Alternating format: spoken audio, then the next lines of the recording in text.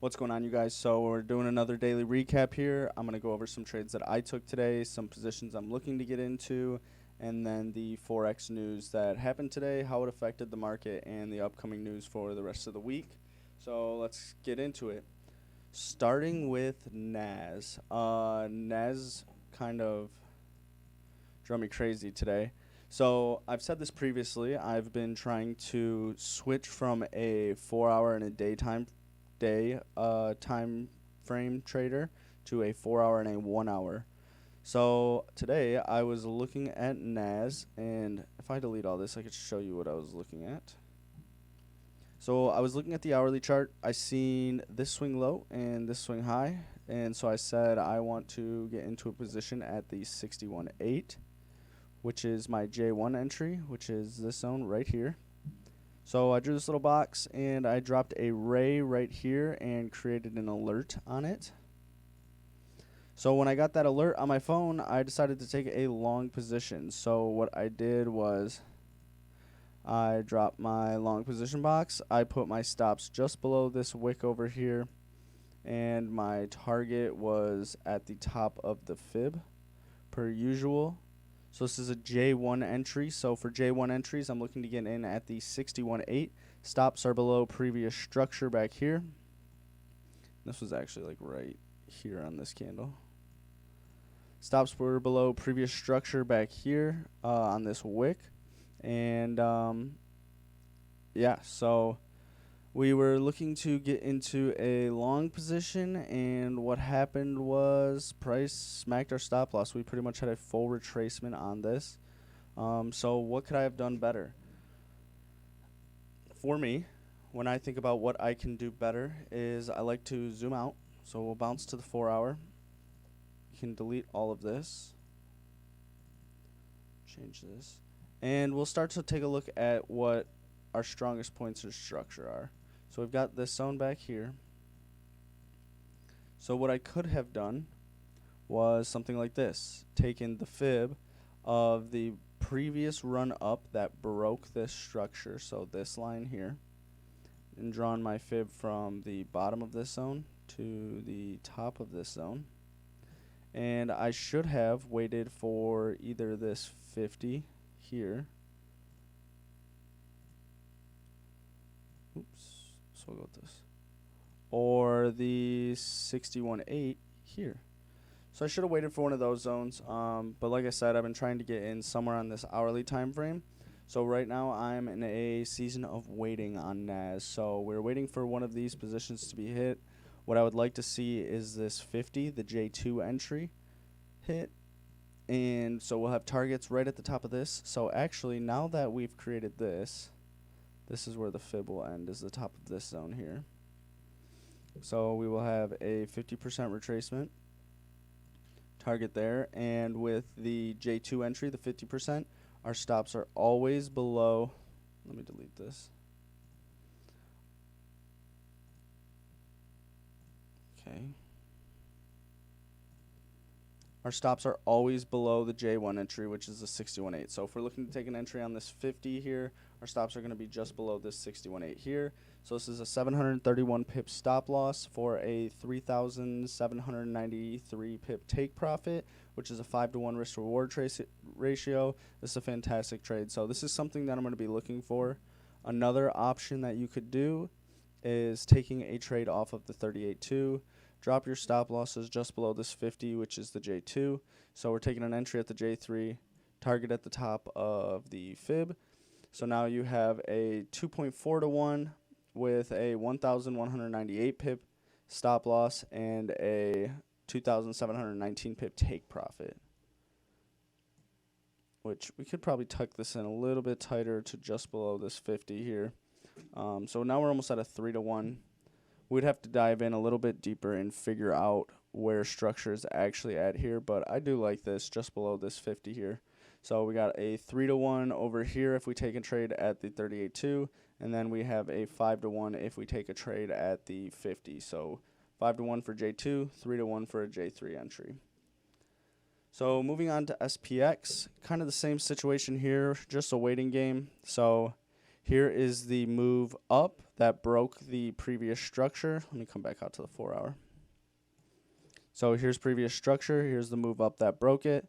So our fibs are drawn from the bottom of the swing low to the swing high.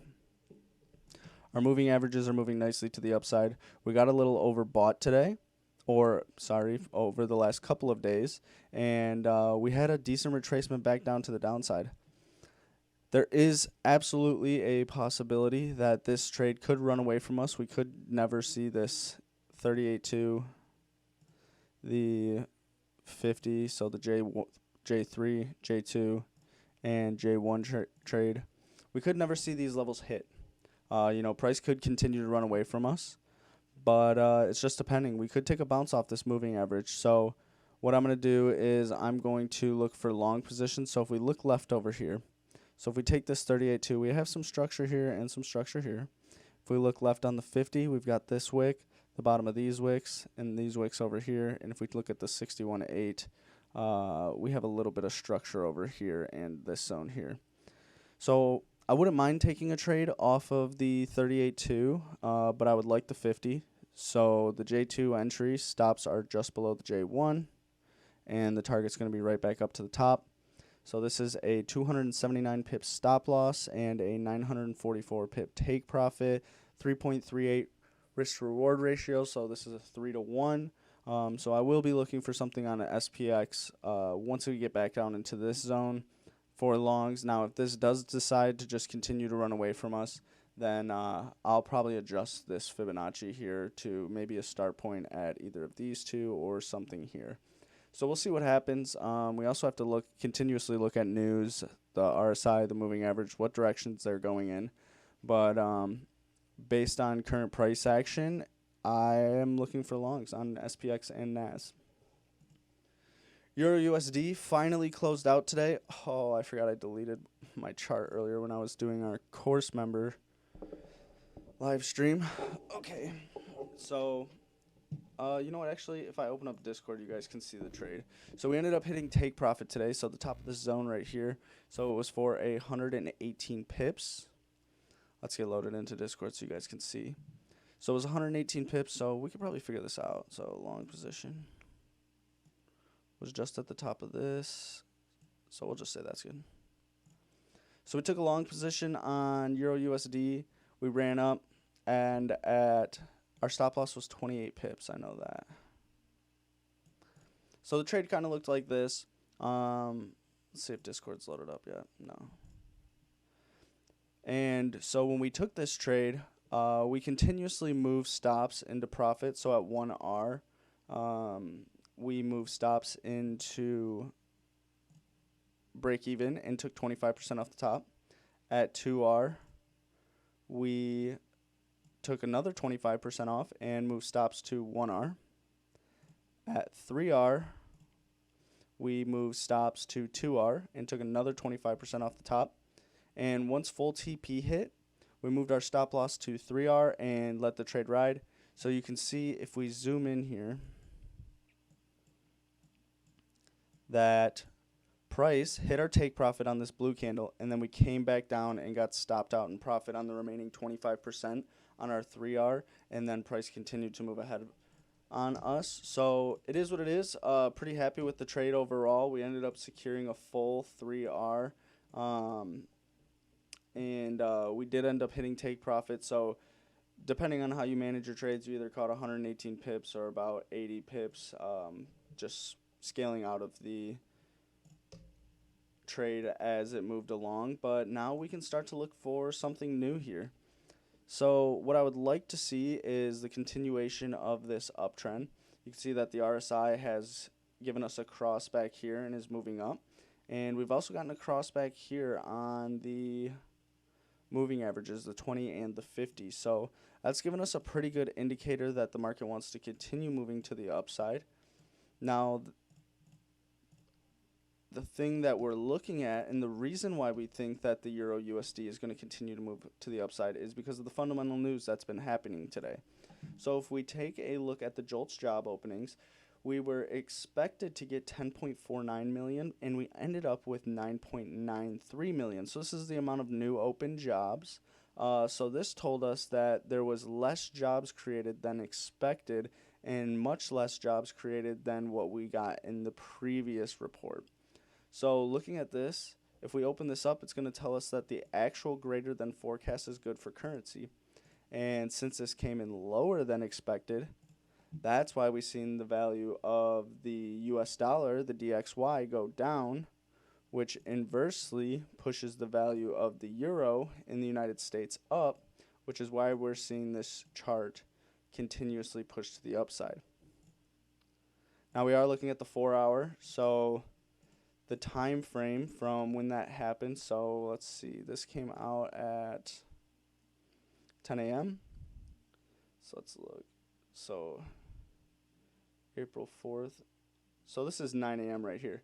This is about when the news hit, which off of the news we ran up about 75 pips. And yeah, overall not a bad move. So that's why we seen the push to the upside for the Euro USD today. And now we're just going to look back to scale into a new position. So once price starts to round over here and starts to come back down, we will look for an entry off our Fibonacci. But we need to see that rounding first so that we have a target to draw our fib from this swing low to. So just waiting on something like that to happen, and then we'll get into a trade on Euro USD. Moving into gold, we had a massive rally today. Gold ran today in 1 4-hour period for 363 pips. It was a huge run-up, partly due to this news as well. The reason that it ran up is because people are fearing the US dollar right now. And so what's happening is people are moving into things like gold or these safer assets, or you might hear people call them a risk-off asset. So people are moving into gold off of that news today. So what I would like to see is my Fibonacci I drew from the bottom of this swing low to this swing high, because like I talked about, we have this structure here. And so price that pushed through the structure, that's what we're drawing our fib from. If we drew it back from here, we would draw to here. But because this price structure, or this price action broke through this structure here, we're drawing off this move. So this swing low to the swing high. And now I'm waiting for a pullback. If price wants to continue pushing higher, then I will just, continue to move my Fibonacci up as price moves higher until we get, like we talked about on Euro USD, this rounding over for price to come back down into one of these zones here. And we can look to get into an entry on gold. USD JPY currently in a long position. It is not going too well, so you guys might watch me get stopped out live here on camera. But the reason I took this trade is we've been talking about how the COT report that came out had 7,000 long positions on the Japanese yen and 70,000 short positions on the Japanese yen. So institutional traders are very short on the Japanese yen, and although I'm short on the US dollar, I'm more short on the Japanese yen, in turn making me get into long positions on USD JPY. If you don't know what the COT report is, this is the Commitment of Traders. It's a report that the financial regulations agencies for the United States require all of our institutional traders to report their holdings in a nice bundled up report for retail investors and everyone else to look at and see what positions they're getting into. Now, looking at this, the reason I decided to get into a long position at the place I did was because right here we got this cross on the moving averages of the 20 and the 50. So that told me that price wanted to start moving to the upside. So I knew right then and there that I'm looking to get into long positions and not short positions. We had previous structure right back here. This move broke that structure. So that's why my Fibonacci was drawn from this swing low to this swing high. We got that rounding over. Then once I started to analyze this, I personally liked this 50 level the best. Reason being is because we have a touch here or a rejection, a touch here or a rejection, price comes up, comes back down, wicks off the 50, and then continues to move to the upside. So when we got back down to this 50 area, I decided to get into a trade. So this is my J2 setup. So I'm looking for a J2 long position With J2 long positions, my stop loss always goes below the 61.8 or the J1 entry, and the target is the top of the fib. This is a 2.7 risk to reward ratio. We're looking at a 70 pip stop loss for 193 pip take profit. So we're just sitting on this trade right now. We are in a little bit of drawdown, but just hoping for the best here on this trade. I'm pretty confident in my trading abilities and the trades I take, so I'm not too worried about this trade. But if it hits stop loss, it is what it is. Everybody takes losses. They have to happen. Moving into GBP CAD. I need something to happen here. I either need this structure down here to be broken, or I need this structure up here to be broken. Now, we did get a cross on the moving averages. Where would that be? Right here. This is a bearish cross on the moving averages. Our 50 moving averages has crossed over top of the 20 moving average. So if I like to do this the same way that I have my candles, if the red bar is above the blue bar, then we're selling. If the blue bar is above the red bar, then we're buying. That's kind of how I have my candle structure set up. My blue candles are bullish and my red candles are bearish, so I made my moving averages the same colors, just so it was a little bit easier to see. So we did get a cross on the moving averages, so I am looking for short positions on GBP CAD. Now, let me go into this. Now, I don't really have a setup here because what we would look for typically is a Fibonacci from the swing high to the swing low, and we've broken all the way through that. So we have a couple of options here. So originally, when I took a trade earlier this week, we were able to secure 1R on it. I had structure here. So if I delete this, and I delete this, and what I did was I drew my fib from the move that broke the structure.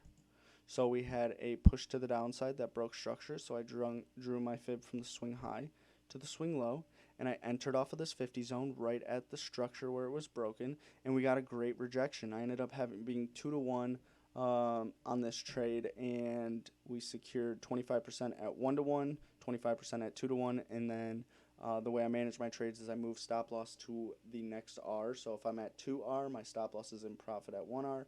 If I'm at 3R, my stop loss is in profit at 2R. So we did end up getting stopped out at 1R on this trade, and I'm glad I managed my trades the way I do because this trade ended up coming back all the way up, and it would have crushed my stop loss. So all we're really looking for right now is potentially some sort of break at this low here. And if price can break this low and come below this, then I'll be looking to draw fibs from probably here to wherever it stops, and then looking to take an entry somewhere on one of my J entries, the 38.2, the 50, or the 61.8. Looking at news. So we talked a little bit about the JOLTS job openings. Then Australian, or I always say this, Australia, or AUD, the Australian dollar, they kind of set the tone for interest rates. Right now, the Federal Reserve has been in a predicament with the banking crisis and inflation and, meeting their goal of getting that 2% inflation.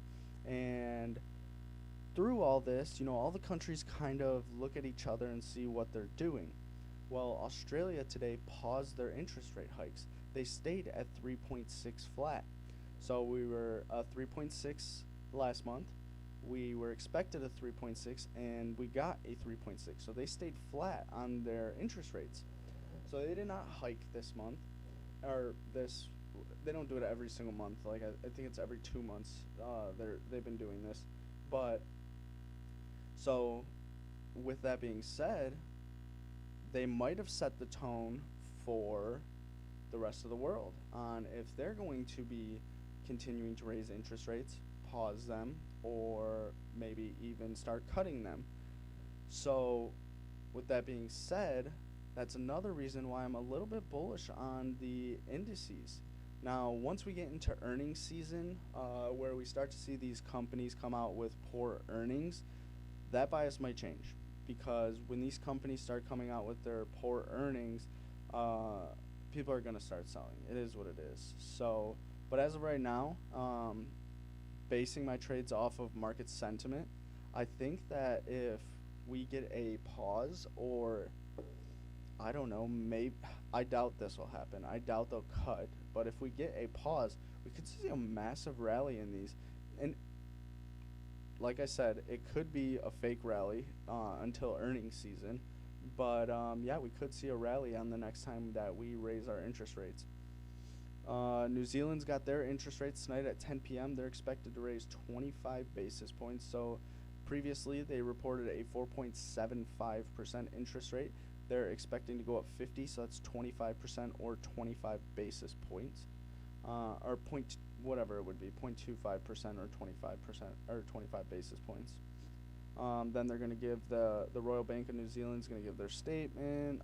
They're going to Australia is going to have a governor speak. And then we'll move into Wednesday. So we have the ADP non-farm employment change. So many people were employed from last month to this month. We got 242,000 last month, and we're expecting a 208,000 this month. So if this comes in lower, we will see the US dollar fall. Right here it says actual greater than forecast is good for currency. So if it comes in higher, the US dollar will go up, and we honestly will probably see the indices continue to come down. But if it comes in lower, we might see the indices rise and the US dollar continue to go down. So what that would mean is things like EURUSD will probably go up, gold will go up, the S&P and the NASDAQ will probably go up. But I'm not going to say USD JPY because we want it to go up. But let's say you're trading USD NZD, right? USD NZD. Oh no, because the pair is NZD USD. I can't even think of an example right now. But either way, we might see those go up, like USD CAD. So you might see USD CAD decrease if this comes in lower. And then we're moving into the services purchasing managers index. So this is how the service industry purchasing managers are feeling about the market. So actual greater than forecast is going to be good for currency. We're expecting a 54.3, which is actually a decrease from last month. And then so if we come in lower, the US dollar will more than likely go down, and we'll see things like S&P and NAS go up, or vice versa. If this comes in higher, the US dollar will rise and we will see the fall of the other assets. Moving into Thursday, we've got Canada's employment change and their unemployment rate. We have our unemployment claims.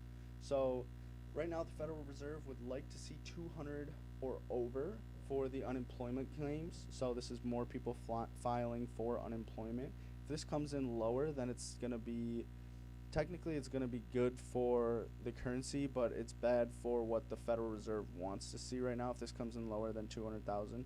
But if it comes in higher than 200,000, that will be bad for the currency because I'm sorry, I'm saying this wrong. Like I'm saying it like employment change.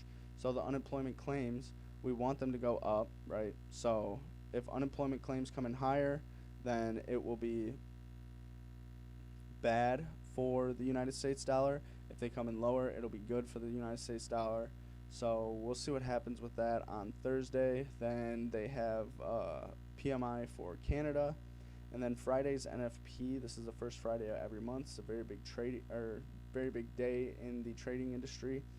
So we're getting our unemployment rate. We're expecting a 3.6. This is no increase from our previous reading. So if our unemployment goes up, this is good for what the Federal Reserve wants to happen. They want our unemployment to continue to increase. Then we have our non-farm employment change. So it's the same thing as this ADP non-farm employment change that we talked about. So we're expecting 236. We got 311 last time. So if this comes in lower, bad for the US dollar, good for what the Federal Reserve wants. And then we have our average hourly earnings. So we're actually expecting an increase in our average hourly earnings. So that's pretty much it for what I'm looking at and the trades that I was getting into, and then the news for the rest of the week. If you guys have any questions, please leave a comment down below. Subscribe and like this video. It really helps us out. And hit the bell so you don't miss these recaps. And we're going to be getting a lot more in-depth on certain things, maybe like Fibonacci or the supply and demand zones or moving averages, making little videos to kind of help get an understanding of what these tools are and why we use them. Also, don't forget that our Discord is free until May 1st. We're running an Easter sale, so if you join the Discord, you'll get all of our premium benefits for free for the next 30 days, and then it will all be locked, and then you'll have to pay to get in. And yeah, no one wants to pay for anything. So you get that chance to try before you buy. So you can get in here for the next almost 30 days and see what we got going on. All of our education that we give out and our course member live streams, those will all be free to everybody, our TradingView indicator. So yeah, the link will be down below for the Discord. Have a good night.